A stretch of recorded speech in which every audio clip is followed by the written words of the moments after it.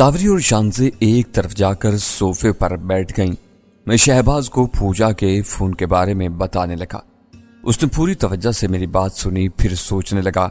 کچھ دیر بعد اس نے سنجیدگی سے کہا، یار اسے کس سے اس طرح کا خطرہ ہو سکتا ہے؟ چلو دیکھ لیتے ہیں کیا بات کرتی ہے۔ ٹھیک ہے، ڈن ہو گیا، میں نے کہا تو وہ کچھ دیر میری طرف دیکھتا رہا، پھر شرارت سے بولا، وہ دیکھ سامنے میری بیگم، پڑھی لکھی آئی ٹی ماہر، اوپر سے رج کے خوبصورت نازک سی، تو پھر میں کیا کروں؟ میں نے اس کی بات نہ سمجھتے ہوئے پوچھا، اپنی دیکھ وہی ان پڑھ ہے، صحرا کی رہنے والی، معاف کرنا اتنی سونی بھی نہیں ہے۔ اس نے کافی حد تک نخوت سے کہا، تو کہنا کیا چاہتا ہے؟ میں نے حیرت سے پوچھا، یہی کہ تیری اور میری بیگم میں زمین آسمان کا فرق ہے۔ اس نے پھر اسی نخوت سے کہا تو مجھے اس کی شرارت کی سمجھ تو نہیں آ سکی، لیکن میں نے فوراً بے ساختہ ایک طرف اشارہ کرتے ہوئے کہا، ساوری وہ دیکھ، فائر۔ ساوری نے ایک پل نہیں لگایا، نیفے میں اڑسا ہوا پسٹل نکالا اور جس طرف میں نے اشارہ کیا تھا وہاں فائر کر دیا، جس کی آواز سے پورا گھر گونج اٹھا۔ شانزے دونوں کانوں پر ہاتھ رکھ کر چیخ مارتے ہوئے صوفے پر لیٹ گئی۔ فرزانہ اور شبانہ فوراً ہی نمودار ہو گئیں، ان کے ہاتھ میں بھی پسٹل تھے۔ ایک لمحے میں ہلچل مچ گئی۔ ساوری ہاتھ میں پسٹل لیے اسی طرف کو دیکھ رہی تھی۔ کچھ نہیں ہوا، پرسکون ہو جاؤ، میں نے کہا تو سب میری طرف دیکھنے لگے۔ شانزے حیرت سے ساوری کو دیکھتے ہوئے صوفے سے اٹھنے لگی، تبھی میں نے شہباز کے کاندھے پر ہاتھ رکھتے ہوئے کہا، یہ ہے زمین اور آسمان کا فرق۔ پہلے تو وہ میری طرف دیکھ کر زیر لب مسکراتا رہا، پھر کہکا لگا کر ہنس دیا۔ یہ کیا تھا؟ شانزے نے کافی حد تک ناراضگی سے کہا تو خود ہی بات بتانے لگا۔ ساری بات بتا کر بولا، شانزے یہ ہے وہ ٹائمنگ جسے تم کو اچیو کرنا ہے۔ اوہ خدایا!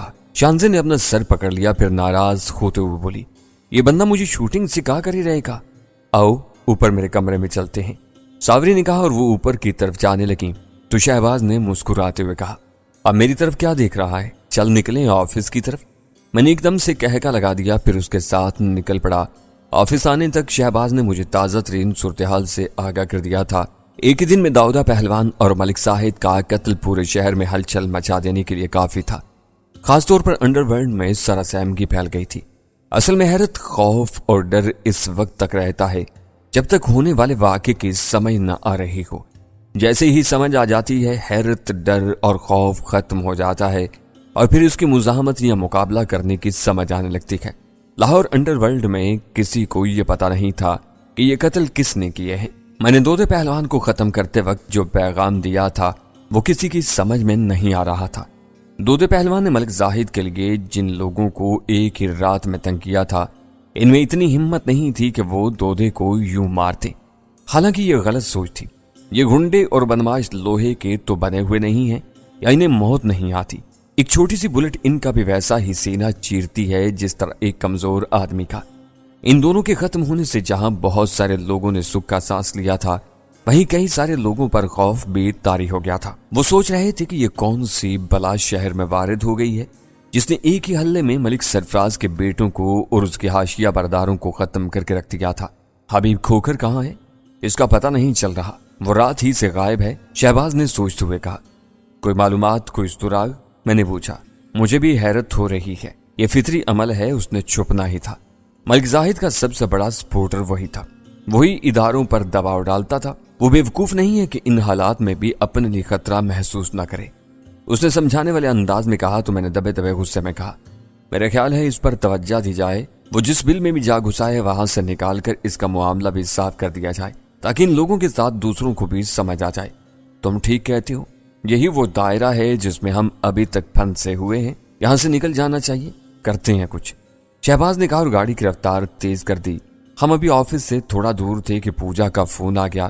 میری آواز سنتے ہی بولی، مجھے بتایا نہیں، پھر تم نے کہا ہو تم اتنی جلدی کس بات کی ہے؟ میں نے اجنبی سے لہجے میں پوچھا۔ ہے نا جلدی، جلدی ملو، اس نے سختی سے کہا۔ اوکے بولو کہاں ہو تم؟ میں نے پوچھا۔ تم بولو میں پہنچ جاؤں گی، اس نے کہا۔ ریس کورس پارک میں آ جاؤ، میں نے کہا تو وہ فوراً بولی، ڈن، میں 15 منٹ میں آ رہی ہوں۔ میں نے فون بند کر کے شہباز کی طرف دیکھا تو اس نے رفتار آہستہ کرتے ہوئے گاڑی سائیڈ پر لگاتے ہوئے کہا، تم آؤ گاڑی چلاؤ، میں وہاں نگرانی لگاتا ہوں۔ کچھ دیر بعد میں گاڑی چلا رہا تھا اور وہ فون پر مصروف ہو گیا تھا۔ تقریباً 15 منٹ بعد ہم پارک میں جا پہنچے۔ شہباز نے گاڑی پارکنگ میں لگائی اور مجھ سے تھوڑے فاصلے پر میرے پیچھے چلتا ہوا آیا۔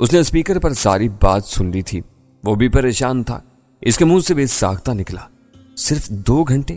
اس دوران میں تو وہ وہاں سے تیار ہو کر نکلنے والا بھی ہوگا۔ ہاں یہ بھی ہے، میں نے بے چین ہوتے ہوئے کہا تو اچانک وہ تیزی سے جوش کے ساتھ بولا، ٹھہرو ذرا میں پتا کرتا ہوں اس کے ڈیرے کہاں پر ہیں۔ اس نے تیزی سے سیل فون پر پیغام چھوڑ دیا، شانزے تو اس وقت ساوری کے ساتھ ہوگی۔ میں نے سوچتے ہوئے کہا تو وہ پریشانی سے بولا، ہاں یہ تو ہے، لیکن خیر کچھ نہ کچھ تو کرتے ہیں۔ ہمارے درمیان ایک عجیب سی بے چینی بھری صورتحال پیدا ہو گئی تھی۔ میرے دماغ میں صرف یہی تھا کہ اگر یہ حادثہ ان کے جنازے میں ہو گیا تو کتنے بے گناہ لوگ مارے جائیں گے، اس کا سارا فائدہ ہمارا دشمن اٹھا لے گا، کتنے گھر اجڑ جائیں گے۔ میں چوں سوچتا جا رہا تھا، میرے خون کی گردش بڑھتی جا رہی تھی۔ یہی ایک سوچ تھی جس نے مجھے ہلا کر رکھ دیا تھا۔ علی، شہباز نے مجھے پکارا تو میں نے چونکتے ہوئے کہا، ہاں؟ رفتار آہستہ کرو، اس نے دھیمے سے کہا تو مجھے احساس ہوا کہ میں گاڑی تیز بھگا رہا تھا۔ میں نے فوراً ہی رفتار آہستہ نہیں کی، دھیرے دھیرے رفتار کم کرتا چلا گیا۔ مجھے رفتار کے ساتھ اپنے اعصاب پر بھی قابو پانا تھا۔ میں خود پر قابو پاتا چلا گیا۔ اس وقت میں باغ جنا کے پاس سے گزر رہا تھا جب پوجا کا فون آ گیا۔ شہباز نے کال ریسیو کرتے ہوئے اسپیکر آن کر دیا تھا۔ ہاں بولو، میں نے کہا۔ یہاں کوئی سکیاں پل ہے؟ ہاں ہے، میں نے جواب دیا۔ اس کے پاس جو کھوکر کا ڈیرا ہے وہ خود کش وہیں پر ہے، اور راجویر وقت بہت کم ہے، اس نے کہا۔ کیا مطلب؟ میں نے پوچھا۔ میرے سورس نے یہی بتایا ہے کہ وہ وہاں سے نکلنے کی تیاری کر رہا ہے۔ اب یہ پتہ نہیں اسے کہاں جانا ہے، اس نے افسردہ سے لہجے میں کہا۔ اب تم مجھے یہ بتاؤ، کھوکر کو پہلے ختم کرنا ہے یا خود کش کو اٹھانا ہے؟ میں نے جان بوجھ کر اس سے یہ سوال کیا تھا۔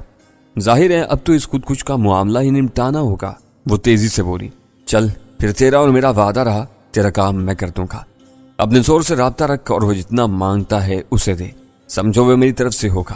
میں نے انتہائی جذباتی لہجے میں کہا تو وہ بولی، میں تمہارے جذبات سمجھ رہی ہوں، اور پوجا اگر خدا نہ خواستہ یہ حادثہ ہو گیا تو پھر تم جانتی ہو میں کیا کروں گا۔ ایک بندے کے بدلے میں 10 بندے ماروں گا۔ میرا لہجہ ایک دم سے وحشت ناک ہو گیا تو وہ تیزی سے بولی، نہیں ایسا نہیں ہوگا، میں پوری کوشش کرتی ہوں۔ یہ کہتی اس نے کال بند کر دی۔ باتوں کے دوران میں انارکلی کے پاس آ گیا تھا۔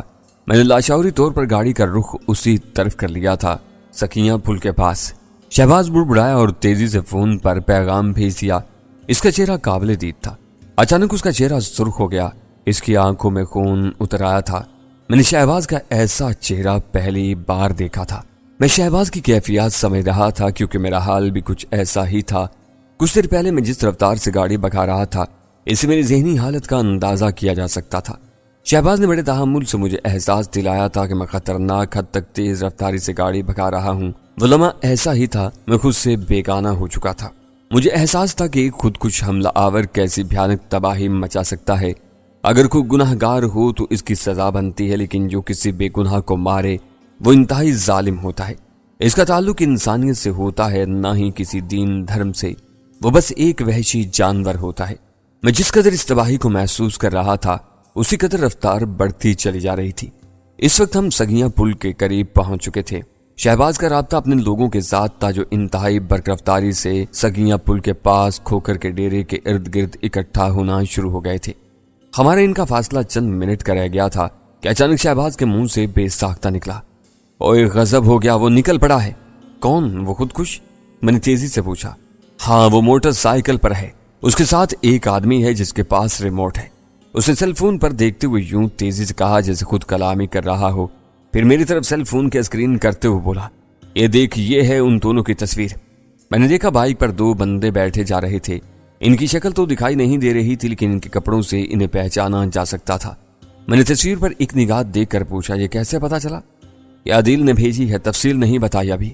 یہ کہتے ہی اس نے ایک دم سے کہا، دو اس کا وائس میسج بھی آ گیا۔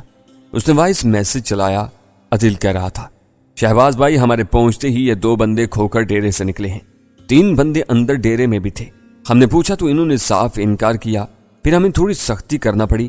ایک کو مرتا ہوا دیکھ کر باقی 2 نے سب کچھ بک دیا کہ وہی لڑکا خود کش حملہ آور ہے جو پیچھے بیٹھا ہے، اور جو بائک چلا رہا ہے اس کے پاس ریموٹ ہے۔ اب سلمان اور میں ان کے پیچھے ہیں، وہ اس وقت ہمارے آگے جا رہے ہیں۔ انہیں گولی مت مارنا، آبادی سے دور لے جانا ہے، اور اپنی لوکیشن بھیجتے رہو، میں قریب ہوں، شہباز نے کہا اور وائس میسج بھیج دیا۔ اور ماما سیدھی کال کرنا، میں نے غصے میں کہا۔